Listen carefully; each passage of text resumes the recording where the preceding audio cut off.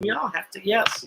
Sure. How can we? Steve don't want it. The best chats are always the unscripted ones. There are interesting stories all around us, and here's one of them. Open your eyes, spectacular's right in front of you. Oh yeah, this is totally unscripted, so we never know where this is going to go. Dangerous. This is the unscripted perspective. Turn the volume And up. here's your host, Phil Parker. Phil Parker. Phil Parker. Phil Parker.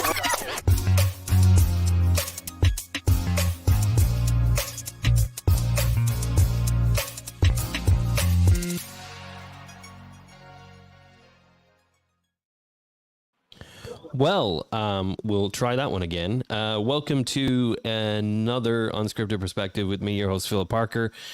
Anyone that tuned into the first attempt at this, apologies for any hiccups. We're all across the globe. I mean, I'm in Portland and you guys are in New York. It's like, hey.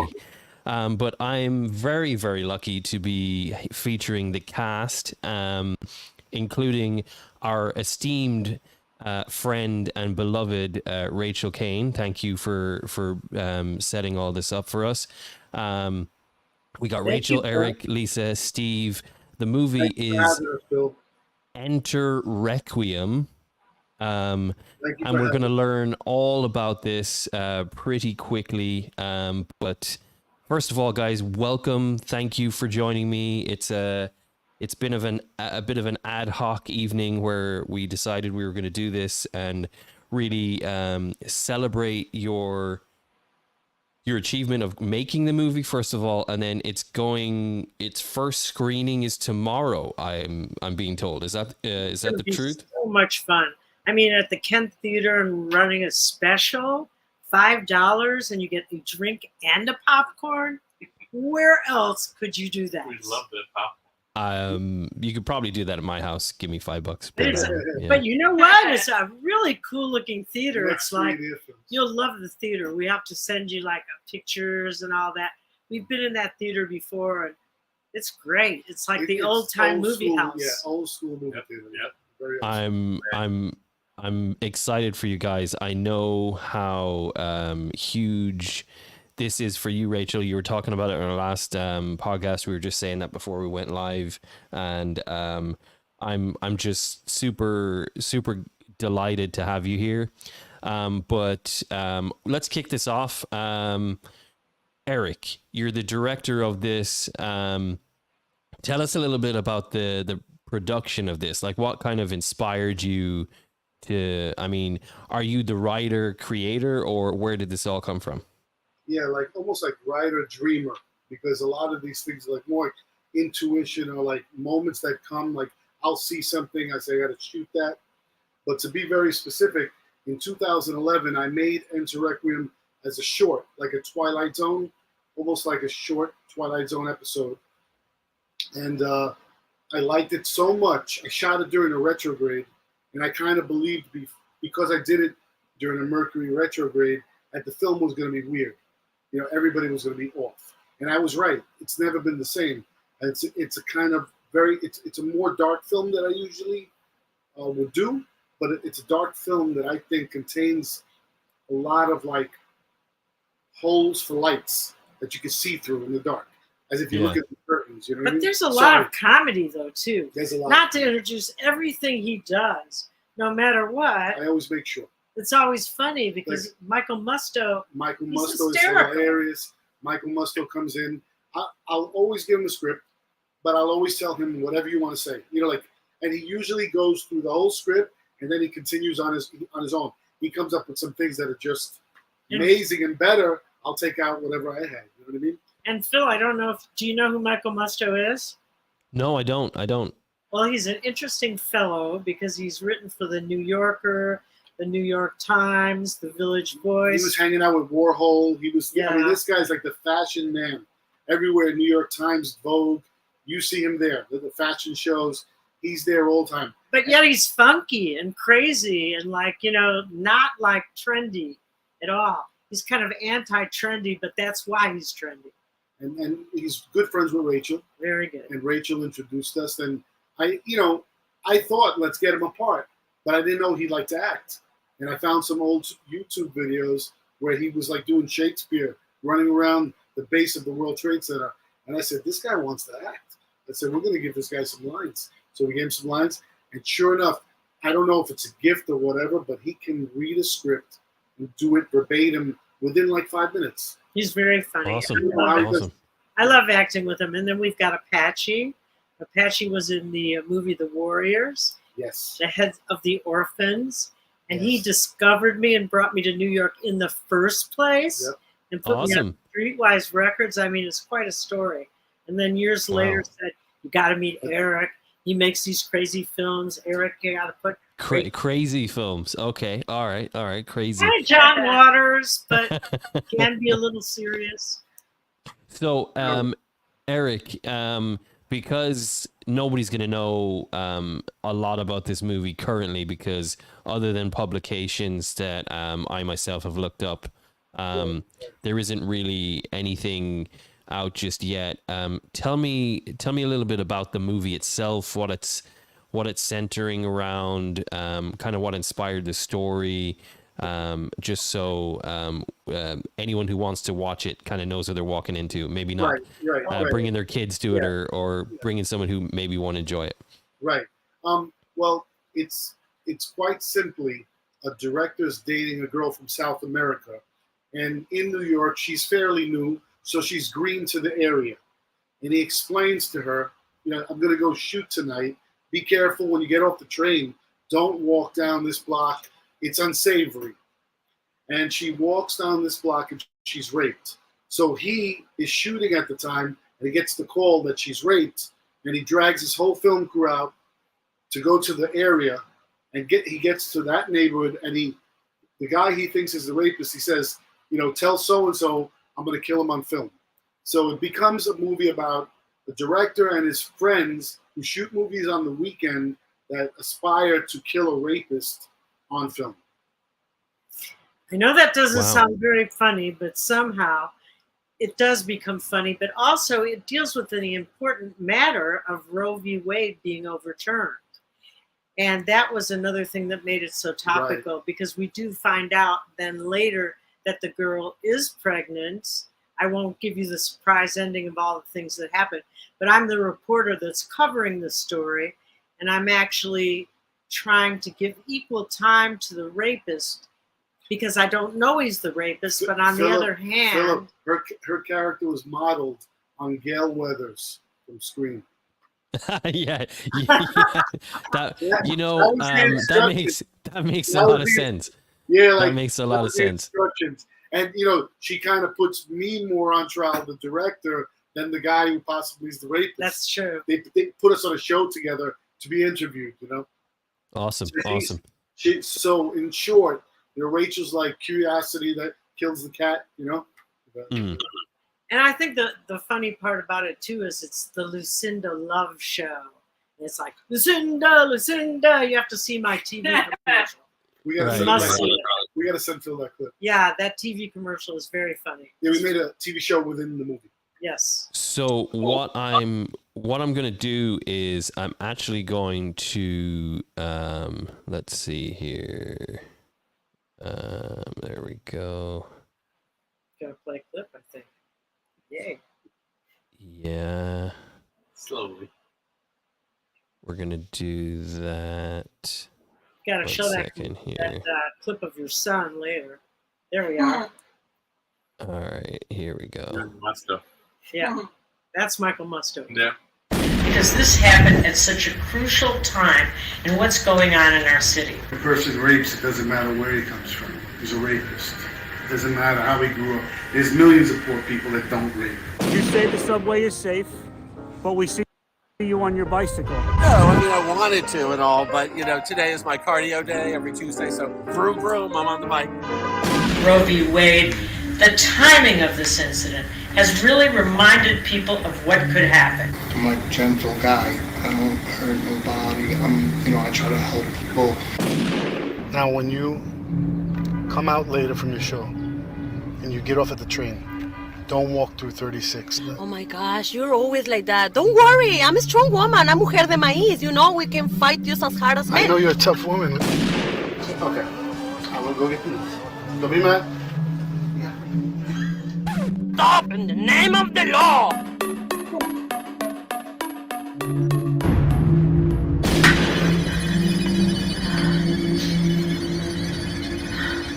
Sonny's girlfriend was raped, and he's a filmmaker.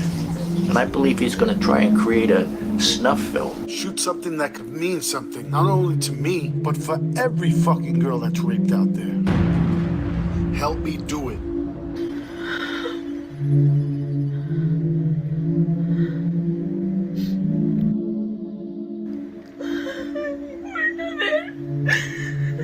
You were not there. Real film about killing a fucking rapist. And kill the rapist. Fuck my space. I'll take it to your space, where there is no safe place.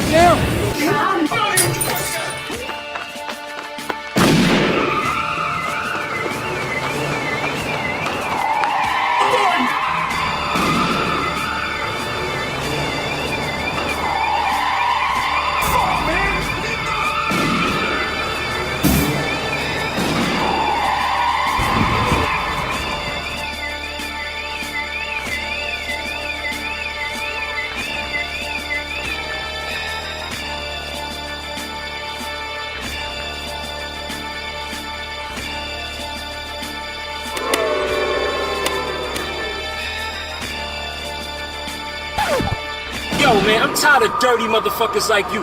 I gotta get in the fucking shower every 5 times a motherfucking day, wash my ass with pneumonia, motherfucker, because of your dumb ass. 5 large to tell the truth to the world. They say people come into your life, they either angels. We don't need a scoop. We don't poop a scoop up. What are you talking about? You're a part of it. Or demons. I'm not part of it. You know what? My shrink was right. Oh, you are still fucking with my head. Ain't you motherfucker? I will blow your fucking head off. Look, there's people cameras. You shoot me now, my family's rich. Just a joker. Fuck around, son. You could get the back, man. I don't give a fuck. I ain't playing, son. That's the shit that I rap, man. Every day. Damn it, we'll let you bitch talk. We grew up on tough love. Bro, I did nothing to your friends. Ce qui se passe en ce moment à New York City. Lucinda Lovelace a été tuée horriblement après avoir eu une interview avec un réalisateur.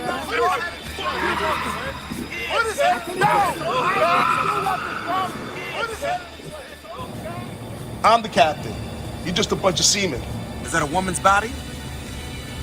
That's a temple. Have a problem with it, douchebag? Period. Done. See you around, bitch. I hope you don't decide to make a snuff film.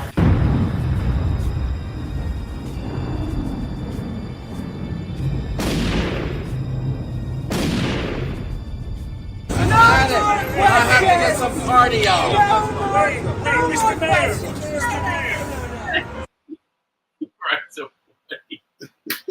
Well, now you know we're insane. Hey, you know, well, look, the trailer definitely gets your attention. There's a lot going on in the trailer. So, I think Eric, you're being the director of the show and everything. Tell me a little bit about just the thought process behind some of those action sequences, because there's a lot of dialogue in that movie.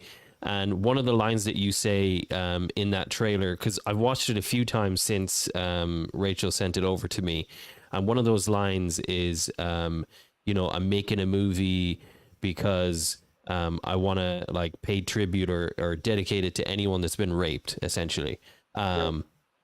You know, those words, I know this movie is essentially a thriller or whatever you want to call, I mean, it can fit into a lot of things, I guess, because there's some sequences that could be considered funny. There's some, like, it kind of goes in waves, but like, it's very topical as well. So, was that your intent, or is it just kind of what the end result was? I think in a large part, I'm fascinated with filmmaking, the behind the scenes. I'm very fascinated with the makings of a film. To me, it's exciting. And sometimes I think in all the years that I'm filming, a lot of people doesn't see what happens behind. So this is almost like, it's not true story because it never happened. I don't know somebody that got raped, but it's like as if my girlfriend did get raped and me and my friends got together and how we would handle it. So a lot of those action sequences, I think that's what you're asking, are made up of us trying to figure out as a film crew how to kill someone and rationalize it. And also my friends dealing with me falling into a bit of psychosis, I think.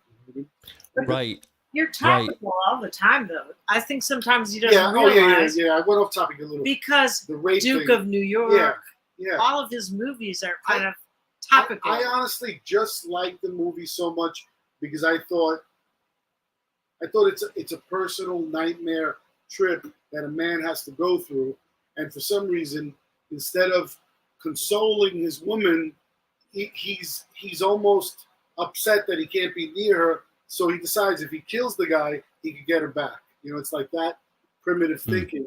I think it's like macho thinking, you know. And I think a lot of us could be guilty of that. Like, I'm going to kill this fucking guy, you know. But in doing it, the difference between doing it then and now is back then it seemed normal. Like, oh, yeah, go kill the freaking rapist. Now it feels like, well, why didn't he stay and make her better and heal and, you know, tell her I'll take care of you. I always say, sorry, I'm going on a tangent. I want to make sure I answered you. No, you definitely did. Okay.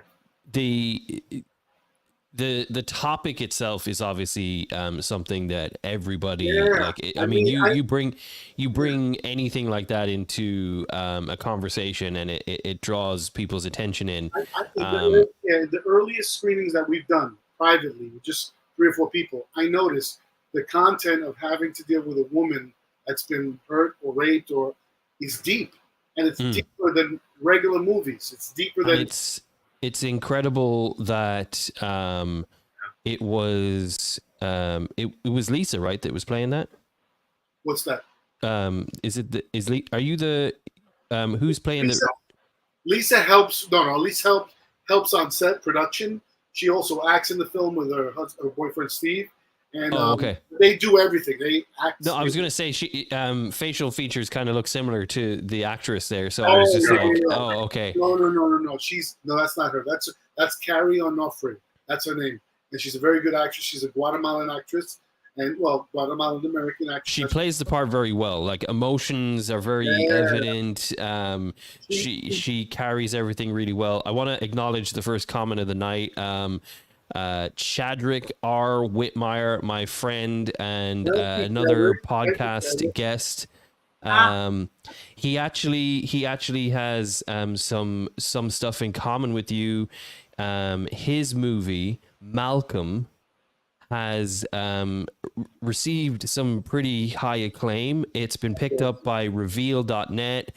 It's actually streaming on Amazon, and I believe you just look it up. It's incredible. It's a thriller.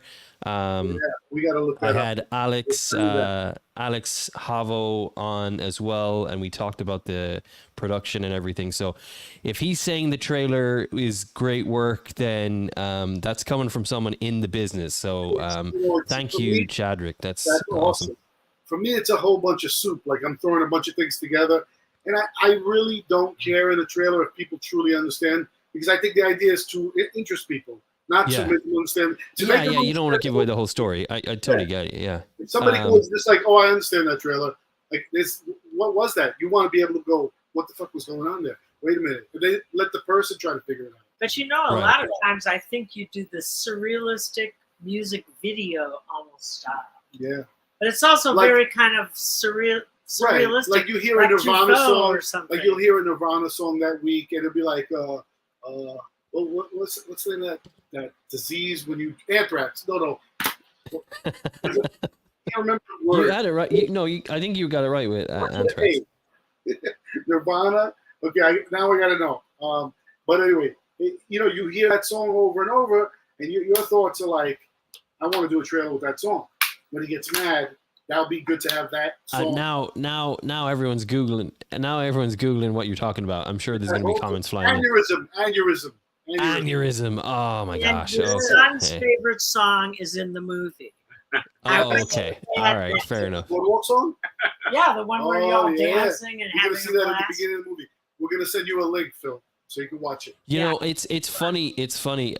What is your, because seeing as Chad is watching, I can divulge without giving away too many details of the podcast we did. His favorite movie is the Texas Chainsaw Massacre. So you can imagine what he's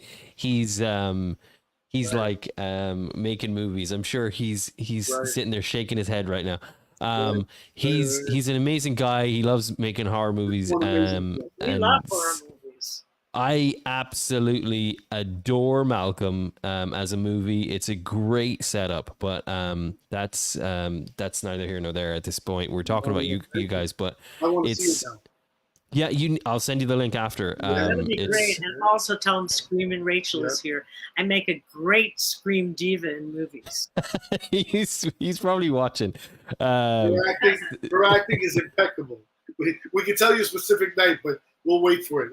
Yeah, right. But so tell me your favorite movie for those who are watching. Oh, I think it's between 4 movies. It's Okay. Scarface, Jaws, Good, the Bad, and the Ugly. Scarface, Jaws, Good, the Bad, and Godfather. Wow. It rotates. Wow. Those 4 could rotate at any day because they're cream of the crop. The top is, the top of the top. Those are my. It's interesting you say that because just in the trailer alone, I can see that it's not so much a horror type movie that you've made. It's very much if I'm trying to think of the word, it's more like it's gangster kind of type deal where things are kind of being done under the table, so to speak, and in dark alleyways and where shady.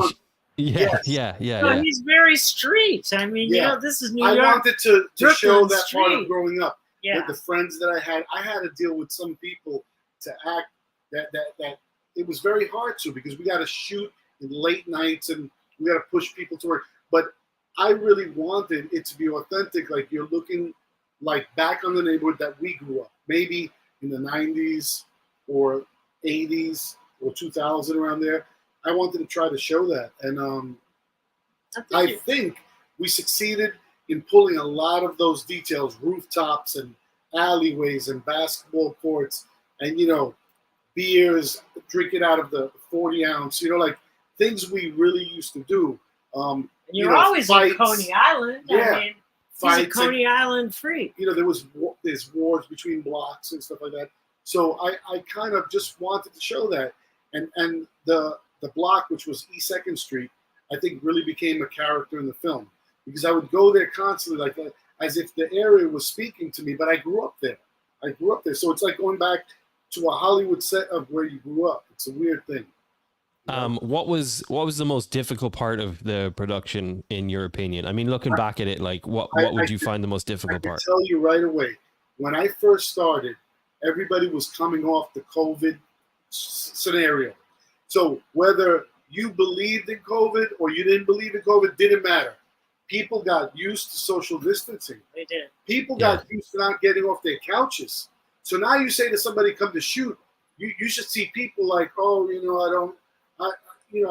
I mean, to get people together was the scariest thing. And not because they were scared of COVID. I just think people were in their bubble and they were comfortable. They're not used to socializing. Yeah, socializing really has been watered down. People are, I actually had this conversation with Rachel during the podcast we did. It's really difficult to when you're kind of secluded away from the world, caught up in a bubble for 2 to 3 years, and then all of a sudden you're standing in front of someone, your social skills are null if you haven't been keeping up on them. And having moments like this where you're communicating and really staying in touch with your emotions and the people around you. Now, that beginning of shooting that movie was so difficult for that reason, because people would come down. I actually felt guilty for pulling them out of that bubble. And it's almost like I wanted to get them back to their bubble as soon as I could, out of respect. But I felt like I wasn't doing my job as a director, because it's like, you're supposed to make a movie, you're supposed to tell everybody you're going to be here for a couple of hours. You can't say like, oh, you want to go home, your girlfriend's looking for you, go. It was like pulling teeth. But I don't know, though. I really felt that it was time to come out. And it was difficult, I'll admit, at first, because I got so conditioned. I mean, you were partying the whole time, Rachel. Don't even pretend. You were partying. You were partying every. You're streaming. What do you mean? Know you too well? Your stream was going almost every night. You were streaming to the whole world, having them party in their living room. So, for you, the setting was just your living room in comparison to somewhere else. So, we had Michael Alec, we had Jason Chaos, who's in the movie. Right. All of us were doing this Saturday night party, and we could even be in different parts of the world, one DJ after another, and I would DJ, sing and do it in my living room, and then Jason might be on his rooftop. But Philip, honestly, there were points where it really felt like, still isolated. Do I want to do this? Like, why am I doing this? Why are they doing it? Do they want to do it? You know, it was like that. But one day it was 60 degrees in, I think, November. And I don't know why. 20 people showed up. And it was the date that we had to do a big action scene. I don't want to spoil anything. But I couldn't believe there were people describing to me what they had in their cars to kill someone for this scene. You know, they were just like, Eric, do you want this? A guy was showing me bags of weed. Eric, you need this in the scene. I mean, it was God was like, Eric, you stop believing in movies. Well, we're going to give you a 60-degree weather day in the winter with about 30 guys, and let's see what you do with it. And after that, it's like it broke the curse. It was over. And we were back to filmmaking. Yeah. But I mean, he never stops making films. Yeah. Once Eric, I'm sure. I mean, hers. He keeps doing her scenes were easy because the newsroom people, they became the news force, the news, the Entertainment Tonight. But I enjoy that sort Their of thing. crew, their group were very much like, you know, we're going to meet you at 7, you know, but the guys I wanted for like the gangster stuff, the street stuff, it wasn't easy. It wasn't easy. And I love everybody and I have respect for everybody, but it was hard to get people together. On the same night, some would come, some couldn't come. Some people didn't even meet. You know? So, I mean, you kind of touched on it. Obviously, in the making of this movie, you're in COVID. It wasn't easy. How did you keep your motivation? Because there's filmmakers right now that are. I mean, look, there's a lot going on in the movie industry right now because of the strike and things going on. But what's great about what's happening is that it allows for people who may not be part of that group of people to show off their talents, to show off what they have. Sadly, and yeah, I mean, look, we all love movies. It's we wouldn't be having this conversation if we didn't all love movies. But I think this had to happen eventually. There's things in play that for the group that is on strike or whatever, they had to happen eventually because of the way things were going. But this just allows for streams of media like podcasts or independent movies to really rise to the top and show what they have as far as entertainment value. So how did you keep your motivation? I mean, it is difficult during COVID. I mean, we all know it was, and you seemed like there you were just describing how it was hard. It might be because I'm a moon in Aries, which means once I start, I'm not going to finish. Yeah, I'm not going to stop till I finish. So I do have that in me, but there was just points in the beginning where it was just so floundering. Like it wasn't how I usually feel when I make a film. I felt like I wasn't enthused, and people weren't enthused. And then all of a sudden, like I said, the curse broke, and everybody. I saw the acting drive come out of everybody, and everybody wanted to do something. And by the end, I mean, now I got people coming up to me like, why do we do this? And why do we do that? And why do we do this? Yes, and I'm people are like, the excited movie's to be over. back. We're done. But you know, Duke of New York, last movie that we did was totally done during COVID. And it was totally inspired by COVID. And the streets of New York were vacant when he was filming it. It was just really, really a wild movie for that matter. But that's very topical. When you did Duke of New York during COVID. Right. I mean, yeah, absolutely during it. Yeah. And I had to shoot my scene We gotta in send Chicago. him. We gotta send him to Duke of New York. You know, people were in separate cities shooting Rachel. scenes. Rachel plays a very vicious person. Yes, very. I don't know how I can't imagine that, Rachel, but we'll have to. I'll have to see the evidence of that later. We're on the right side of Rachel. That's all. It's kind That's of from Cinderella to Cruella de Vil. That's. Listen, we're all getting along with Rachel. So Eric, in the spirit of camaraderie and team value, we've got Rachel obviously in the picture. We've got you in the picture. Lisa's kind of hiding out in the corner over here, and then Steve. Poor Steve just got booted off the couch. Steve will not. He got sent to get the beer because Steve don't want to be on camera. He's shy.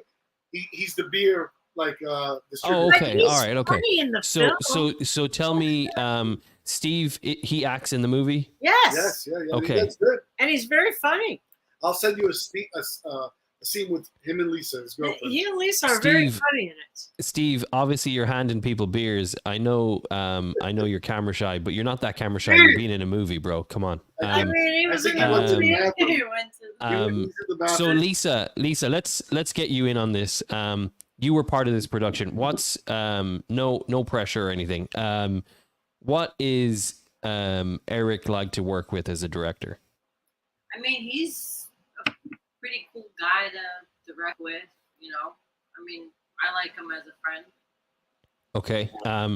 Have you had is this your first movie that you've been able to work on together, or have you worked on movies prior to this?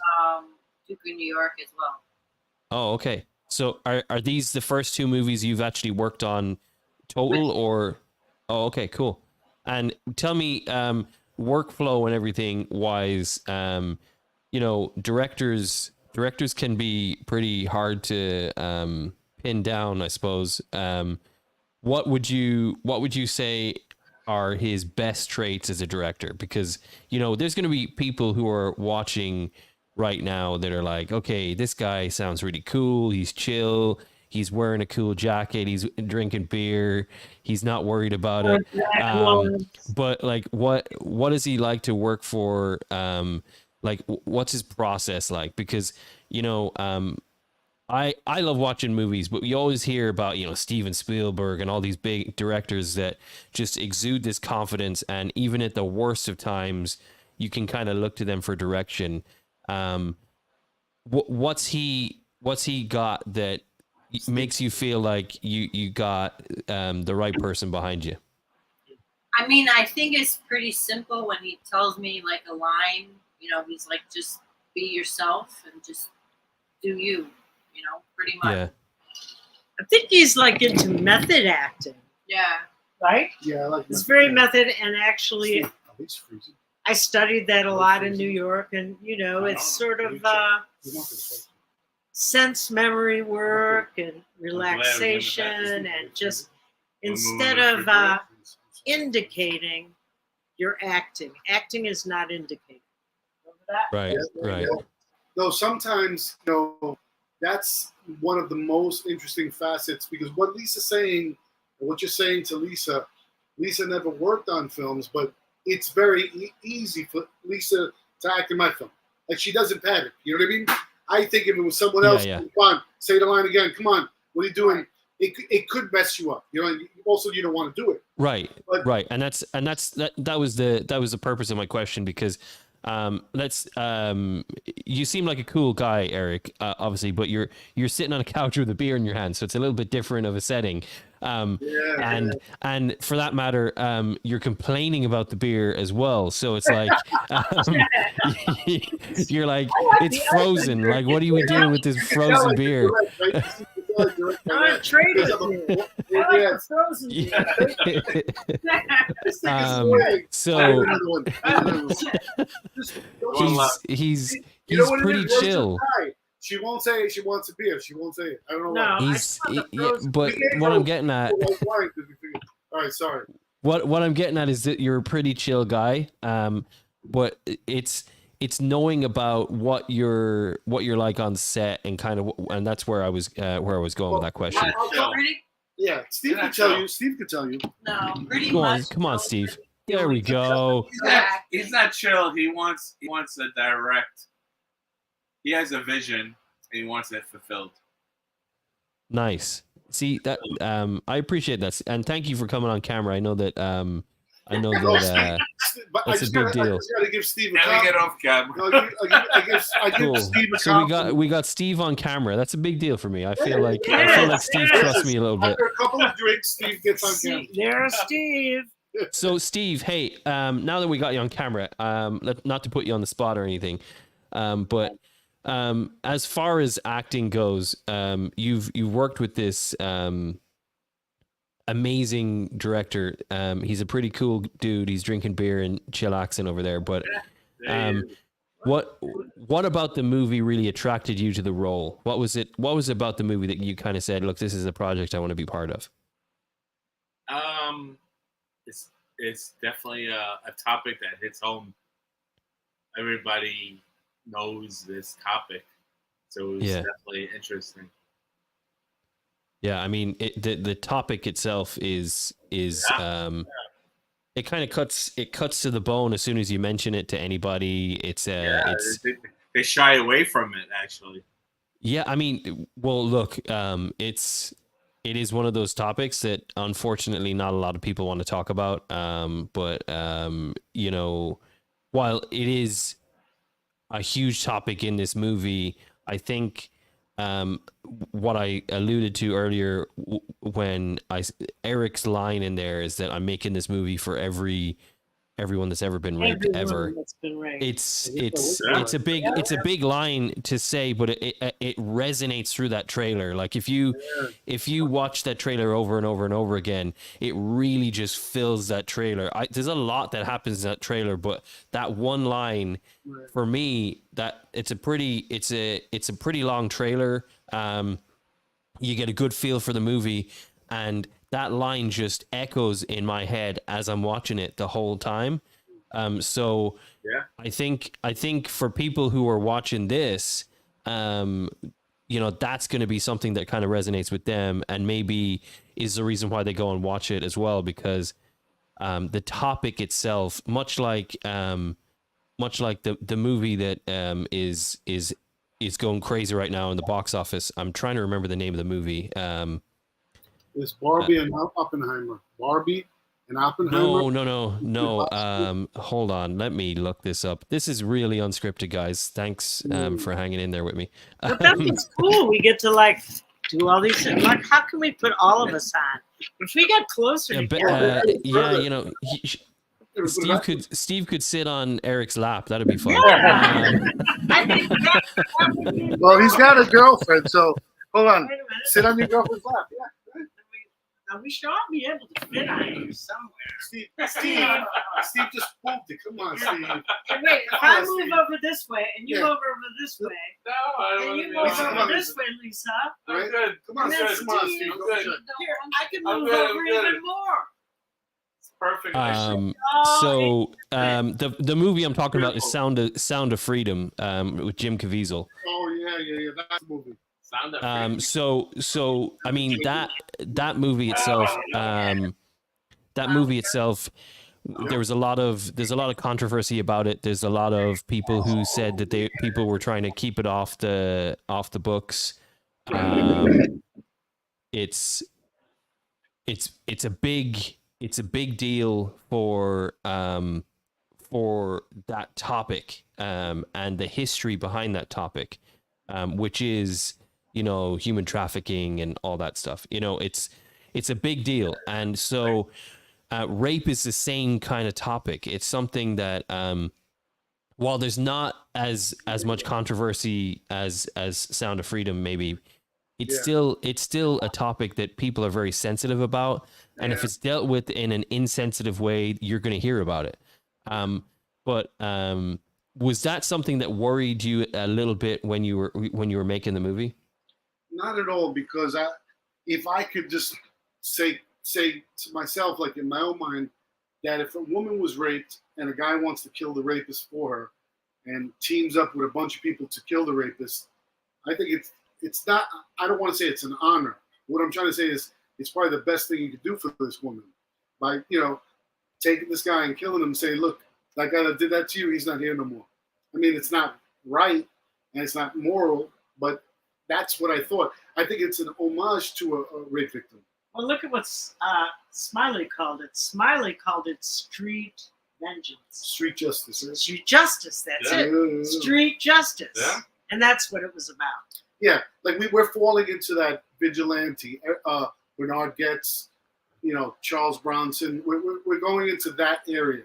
I think even of New York City, like in New York City. Yeah. So I think the moral questions come at vigilantism. You know, is that right?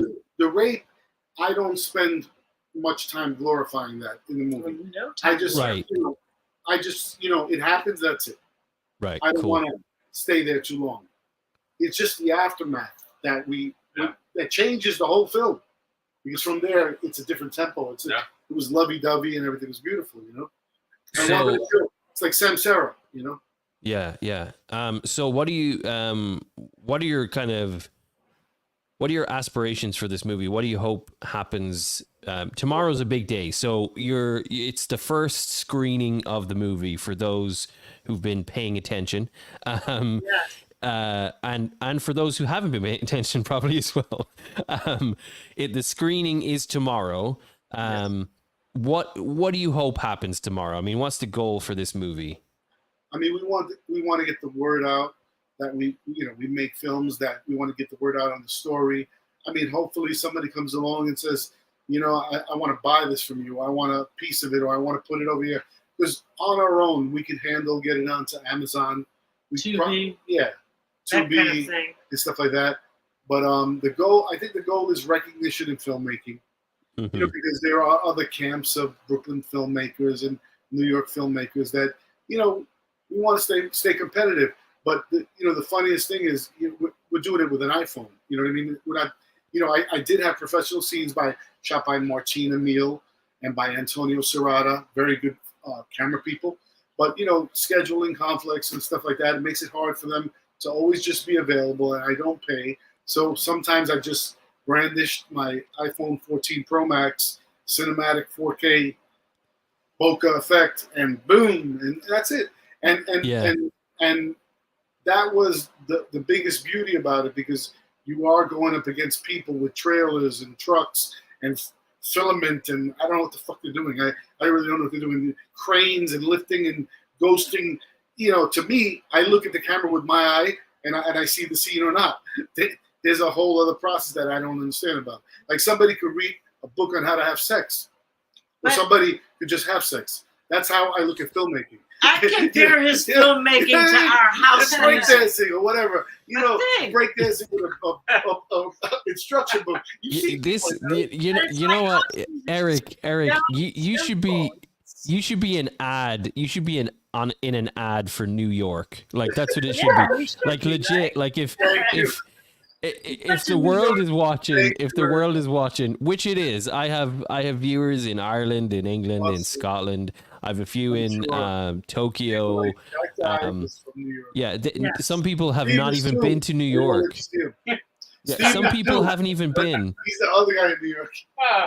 Yeah, but some people haven't even been to New York, but that line right there, that line, right to New York. Yes. Well, that line. He's a Warriors. She said to show you the vest. She wants me to show you. I Yes, don't know. look. Can you see it? The Warriors vest, or maybe you should take it off. No. No. You have to take it off and model it. There you go, right there. There, Warriors. Oh man, yeah, there you go. So There you go. that movie has had a lot of influence. Yeah, if you ever Of I don't know if course. you've ever seen this movie, but you should see this movie. Have you seen it? Oh no, I haven't. No. You will not regret it. You want to see the After Warriors. seeing this movie, you will. Oh my god! And it's funny because you're originally from England, right? Ireland. Oh, Yeah. sorry. Well, I was born in England, raised in Ireland, so yeah. I mean, you're not very wrong. big. Iowa. It's very big for some reason to a lot of people in England. I don't know why. But it's has a very big big. audience. Yeah. Arthur Hill They come is a to very Coney big Island, director. that's, And Apache from the Warriors is who discovered me. So there's a lot of A lot of synergy. There. synergy. Yeah. But what I was trying to say, Eric, is that that whole line that you just said about if people can read a book about sex or they can just do it. I mean, Yes. if that's not the most New York thing you've ever said in your life, I don't know what is.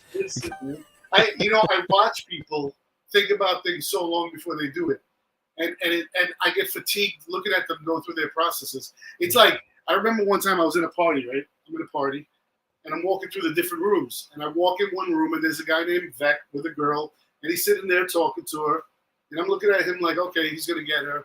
I walk around the house, I come back in, I see him still there talking to her.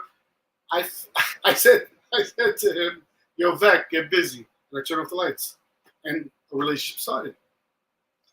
But why did I have to start it? I thought he could have started it. See, I kind of look at it as like house music, bare bones, simply made, just do it, like what you said. Right.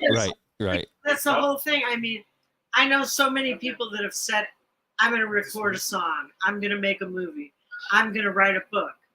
But at least I've done all those things, and I just, not instead of just thinking about it, done them. Right, exactly. And that's what it does with movie making. So, and that's what you do. We just do it. Right, exactly. It's because all of these insecurities, like, I don't want to like label things, but like the big trailer and the guy walking around with the film and the guy with the measuring tape. This is a series of almost insecurities lined up through the use of human people to help a company or some entity believe that they're going to make money for this image because that many people were there. I think because sometimes I see a movie that was shot by a very small crew, and I see a movie that's shot by a big crew, and I cannot tell the difference sometimes. Yeah, no, I agree. And I really like. I mean, think about all those old movies with the great actors. Yeah, I mean, a lot of these, it's hilarious to me because you say that. I go back and I watch like movies from the 80s and all the time. I mean, one of my favorite movie series of all time is the Back to the Future series, right? And looking at the making of those movies, like there was quite a bit of special effects and stuff. But it's just incredible what they were able to achieve. The same thing with Star Wars. Again, another like a movie that can be that old and still hold its own and just like you were saying, it's not necessarily how good the camera is or whatever. It's what you're doing with the camera. It's what's on the camera. It's what's going on around the camera. And I'm excited to see the movie that you've created because it's near and dear to your heart. And obviously one of my favorite people in the world is in it. So I'm going to have to watch it. We would love to try to get a link for you. We should have a live stream. You can watch it with us tomorrow. Oh yeah, no, that'd be cool. We could do that. Yeah, we should have a I just have to find a way because now YouTube. Before I used to put up things on YouTube, and it would just tell me, "Oh, you use Guns N' Roses song so we're going to give Guns N' Roses some of the money for playing your thing. Now they say you have Guns N' Roses song, we can't put it up. Well, and a lot of times I'll even be playing my own songs that I wrote that are distributed by Sony, and they'll stop my podcast and say, you don't have the rights to use this material. Then I'll have to call Sony and say, please white line it so that I can use it. But it's very strange because they've got such a system that within 5 seconds, they can stop everything you're doing because of what you're playing.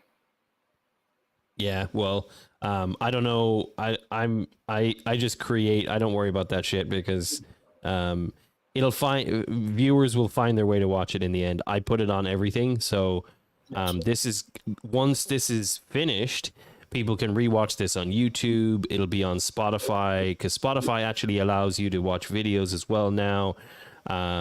It'll be on iTunes. It'll be on Google. Anywhere you listen to podcasts, it's going to be available. So he's going to meet little Eileen tomorrow. Because Eileen is the one who really brought us together, and I want to say thank you to her again. Well, Eileen, I'm sure she's going to watch this back and be rolling her eyes. Came up with today, there's one thing about Eileen is she shies away from the compliments. So of course. So Rachel, we're going live tomorrow. It's happening tomorrow. Has Eric kind of discussed, or is he in talks? Are you guys trying to get it on streaming platforms yet, or is that something that's even come into play yet? Well, the whole thing with movies today is even big budget movies aren't really spending much time and some no time in theaters, because theaters are having a hard time making it because streaming has become such a big part of people's lives because of COVID. So I don't know what's going to happen exactly in the movie industry. I do know that, we would like to get it on as many platforms and, of course, have it be in Europe, which I believe some of our films are in Europe, the ones that we originally did distribute through Sony. So I guess what we love to do is we love the process.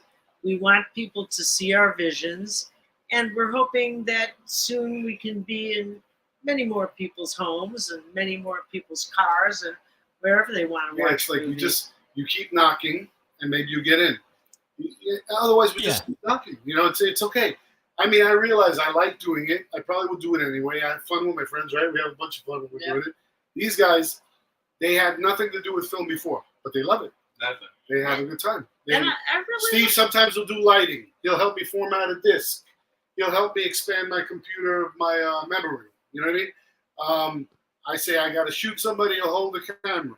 I say I got to make something bloody. The other day he was doing a mannequin off the roof onto a terrace, like a dead body, And we're on our phones. Okay, Steve, drop him. No, drop him. Drop body. Drop body now. Drop the body now. So he's Guy Friday. They call Guy Friday on a film set. And he made me film today, but it was fun. You gotta post that picture up. He's gotta post that picture up.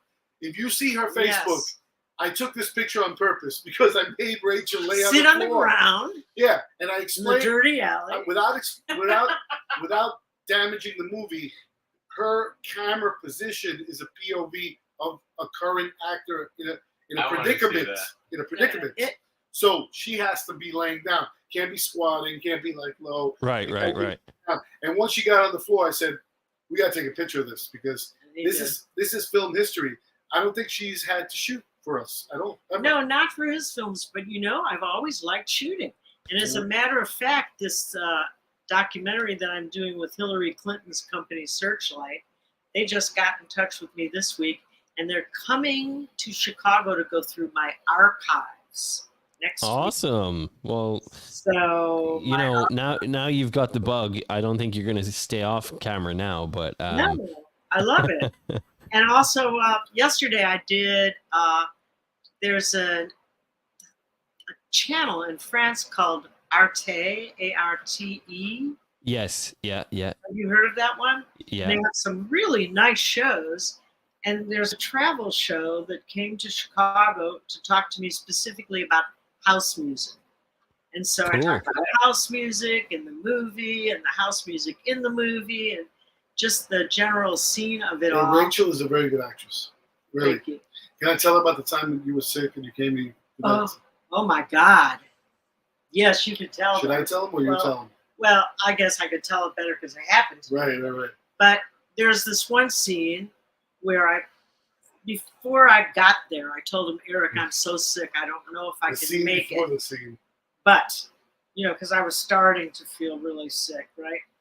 But then when I hit the set, and they waited for me for an hour because I was that sick. But once I hit the set, it was perfect. I was totally in tune. Everything was fine. Everything went great. But suddenly, when they walked away and I walked across the street, the second that I entered this party, I mean, I was falling over. It was as though I don't know what was even wrong. She thinks maybe it was like antibiotic, a reaction to it. All I can say is I was falling on people. It was scary. Ask Eileen. She was there.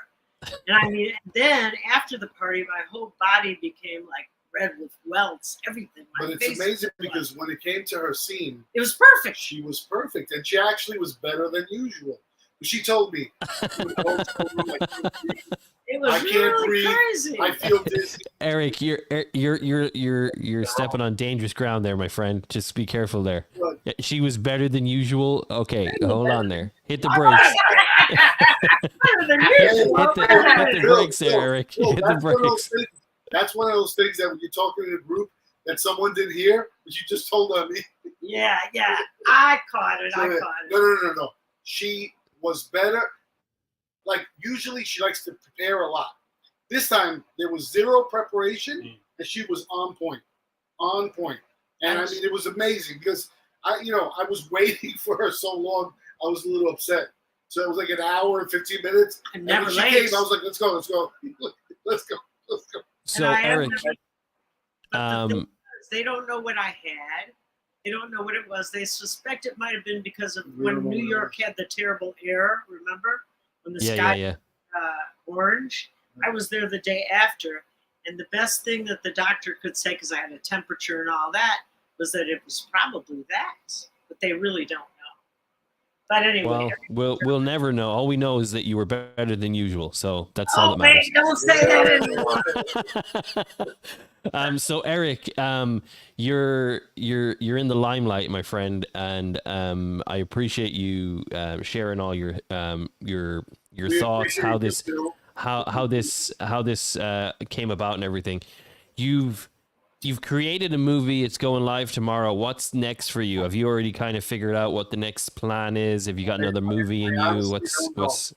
I get the feeling that, like my favorite guy on Instagram, the Sad Guru, like he says, all that matters is now. So I think I'm trying to keep that real. And I notice that there's more power of intention in any action that I do if I just think of now. And I'll do everything I need for now, and now we'll move to tomorrow, and I'll be now tomorrow. Instead of always being ahead, I kind of feel like you lose fragments of your power by being somewhere else instead of being here. So I really hope it makes me a film career, that I'm able to get paid, and I'm able to pay my friends, and everybody can show up and make money. I really hope that. That's what I really hope. I don't know what will happen, but I will tell you this. I think all of the hard work that we did is gonna give us a lot of light. And I also believe that one time I was half asleep and I had this sort of voice that said, this film has a soul. So it's almost like the film exists on its own. So if that is true, it can resonate anywhere. And maybe it's like one of those things that pick up, it's like wildfire. And if not, it'll be the straw that broke the camel's back. You know what I mean?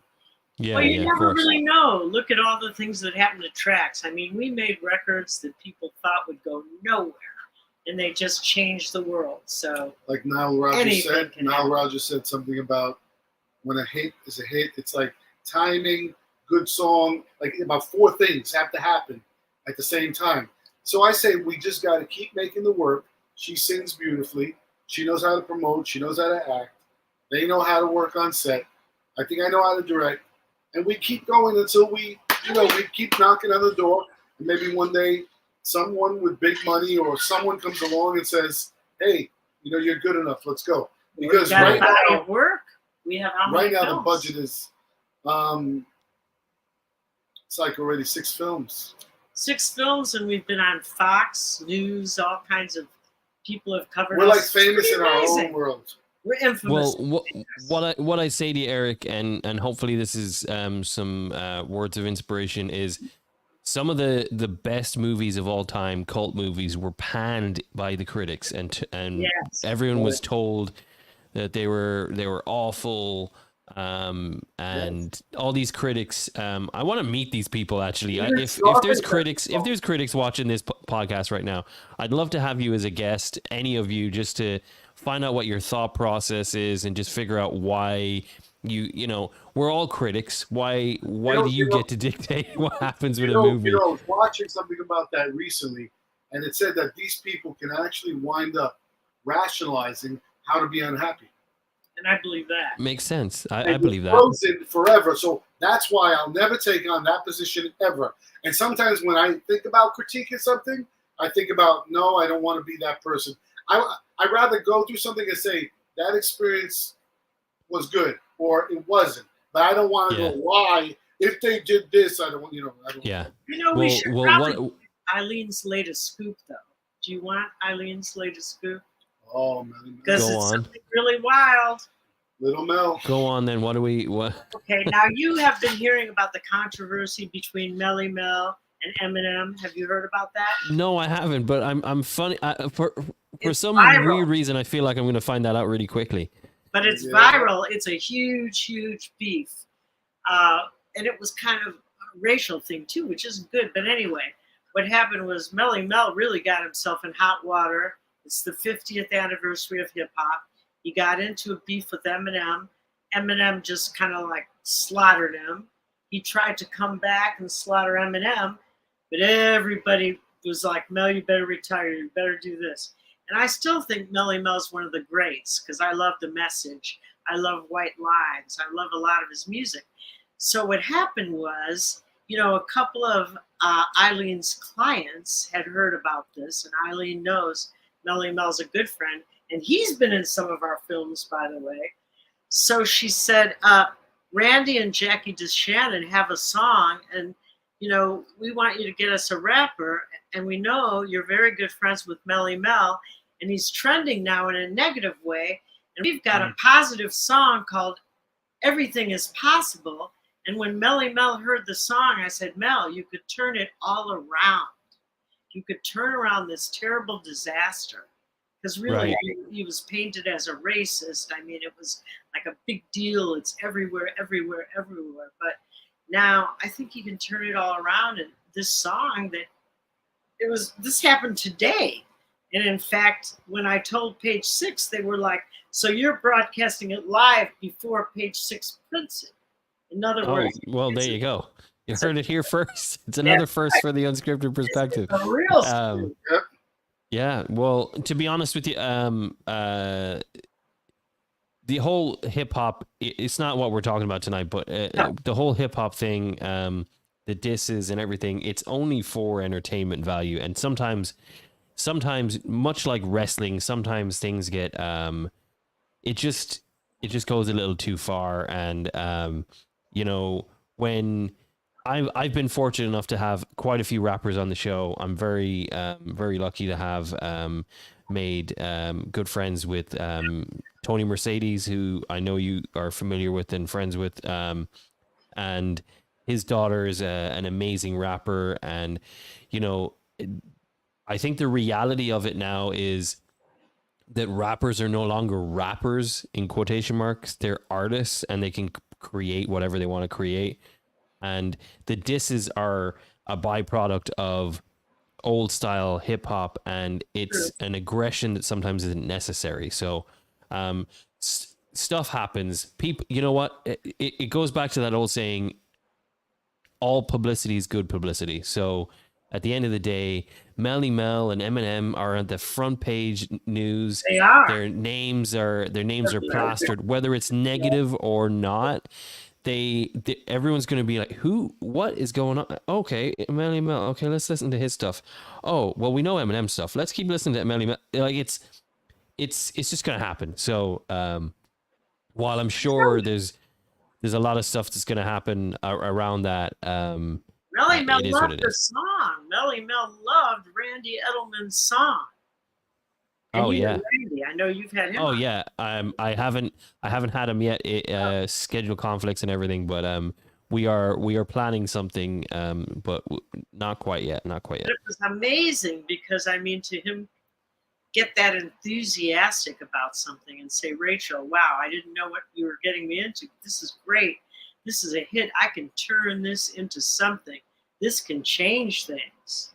And so I'm excited about that. And it's great because Melly Mel's also been fun in our films, and I've known him forever. We love Melly Mel. We do love Melly Mel. So I wanted to give you the scoop first. I'd love to. Okay, I appreciate that. Well, Eric, so we're getting to the 1 hour and 5 minute mark, and we've had a fun evening, and I really appreciate you being on the podcast. All of you guys, Steve made a cameo appearance, and I really appreciate you showing your face on camera yet again. Thank you, Steve. But the biggest thing for me is giving value to our viewers and really showing them who the people behind the camera are. Most of my listeners, if not all, know who Rachel is because she's amazing. We have great conversations whenever she's on. But learning about you and having people look your work up is important for us here. So whatever you're doing for us, however much time you spend talking to us, we do appreciate it because it's a struggle, it's hard, and nobody sees it. And you're one of the few people that see it. I appreciate that. So we're in the throes of celebration, though. I can see that. I can see that. The pain is over. The pain is over. Quit putting the beer in the freezer, though. Yeah. Quick question before we finish up. Tips for people who want to get into the film industry from you, sir. What would be the biggest tip you can give someone who's aspiring to really? I would think if you want to make a film and you have a camera on your phone and you have ideas in your mind and if you want to do it, you should just do it. Like, you shouldn't think about it. And if you're thinking about how big the camera is at Sony and how big the camera of the guy across the street and what type of audio equipment he does, you'll never do it. It's like looking at a girl at the bar and you're like, oh, maybe I should go up there. Maybe I don't have the right jeans on. Maybe, and then somebody's going to go up there with a ripped shirt and holes in his jeans and probably didn't take a shower and be more confident than you. So I would just say, anybody that wants to be a filmmaker, this is the easiest time of your life. Pick up your phone, put it on 4K, try to use cinematic so you can get that bokeh effect, rack focus, they call it, I guess, and go and shoot your film. Dub your audio. If it's loud outside, come back in your house, dub your audio. Shoot expansively. Go shoot everywhere. Don't shoot a whole movie in a fucking room. Nobody in the whole world can do that unless it's like Night of the Living Dead. I don't know, what was the guy with the Book of the Dead? Evil Dead. You can do that in that movie. And even they ran to the garden, they ran out to the forest. But what I'm saying is there should be no excuse if you want to make a film. Just go make it. That's it. I think thinking about it too much is just, that becomes their problem. It's like music. Maybe they don't want to make it. It's just like, if you don't want to get up and get the girl at the bar, maybe you don't want to have sex that night. I don't know. Put it to him. Do you want her? That's it. But right. Do it with the music. Just do it. Or like Nike says, just do it. Right. Just because make it happen. Make it happen. Obviously, I don't want to get into all that stuff about like multi-worlds and shit like that. But supposedly, if you're doing what you really want to do, well, that means you should be doing it. If you're not doing it, you're operating from like almost an insecure level of what you're supposed to do, which is really just kind of an inhibitor. And you probably have to go that path anyway, so you're just going slower. You know what I mean? Right. You know, you need to just go out and make your movie, write your script. If you dream about it, do it. I meet so many people. My cousin wants to act. His name is Antonio Saquito Rivas, and the kid wants to act, and already he shot some things, and he cut them up, and he put music, and he said, look, you know, I made a little movie. He did that, you know? Yeah. And it's really will to power. Because you want to, what you want. Well, yeah, it's creating is, and I guess this is for anyone that wants to create. Creating it, the only thing standing in front of creating is you, and I think that, like even for me, before I started this, it was COVID. I was trying to find a way to create something that meant something. I had no idea that I was going to make 60 episodes, 66 episodes now, and meet the amazing people like you guys. You know, I've got lists of people. I'm booked up till like past September, October, November. Like we're booking up like crazy. But the thing is that meeting minds like you guys, it doesn't just happen. But you have to make yourself. I think the movie Yes Man is kind of how you want to live your life a little bit. It's like if you're open to the opportunities and you say yes more than you're saying no, then you're going to have things happen that might not necessarily happen if you were closed-minded and just sitting in your living room saying, God, if I had this, I would do it. And I think, Eric, you're a perfect example of that type of person because you've made a movie with your friends, with people who you care about, and it's going live tomorrow. What is the movie theater that it's going in? It's called the Kent Theater. It's on Coney Island Avenue, 1700 Coney Island Avenue, and it's going to be at 7 p.m. Drinks first, as you might guess. And then after that, 8 o'clock, the movie starts, and hopefully we just have a great time and great show. Free popcorn and soda for $5. And isn't New York 1 or who's coming? Brooklyn 12. Brooklyn 12, I'm sorry. Yeah, Page 6 is going to write about us. We're very lucky. Cool. Ellie We're Mel's very blessed. coming. Yeah. Eileen is coming. Michael Mustard. Of course Eileen is coming. Are you kidding me? If Eileen wouldn't set this up and then not come to see the movie. We almost had a scare, right? We almost had a scare that she's not coming, right? Yeah, but she's going to come. She's back. That's it. So. There you go. Well, guys, I appreciate you spending the time with me this evening. It's been extremely enjoyable learning about you, Eric, being the director of this amazing movie. Lisa, Steve, Rachel, of course. Thank you so much for your time. That has been another amazing podcast, The Unscripted Perspective, with me, Phil Parker. We're gonna do our outro. For those who missed this amazing event, it will be live on pretty much every platform immediately. It gets uploaded into Spotify and everything. So don't be worried if you miss some of this. You can rewind and rewatch and do whatever you want to do. And we will catch you again next time. Until then, have a bit of grace and go check out this amazing movie. Thank you so much for listening, and be sure to leave us a rating or review on your favorite listening platform. Be sure to keep in touch with us on Facebook and Instagram at The Unscripted Perspective. Or you can visit us at www.theunscriptedperspective.com.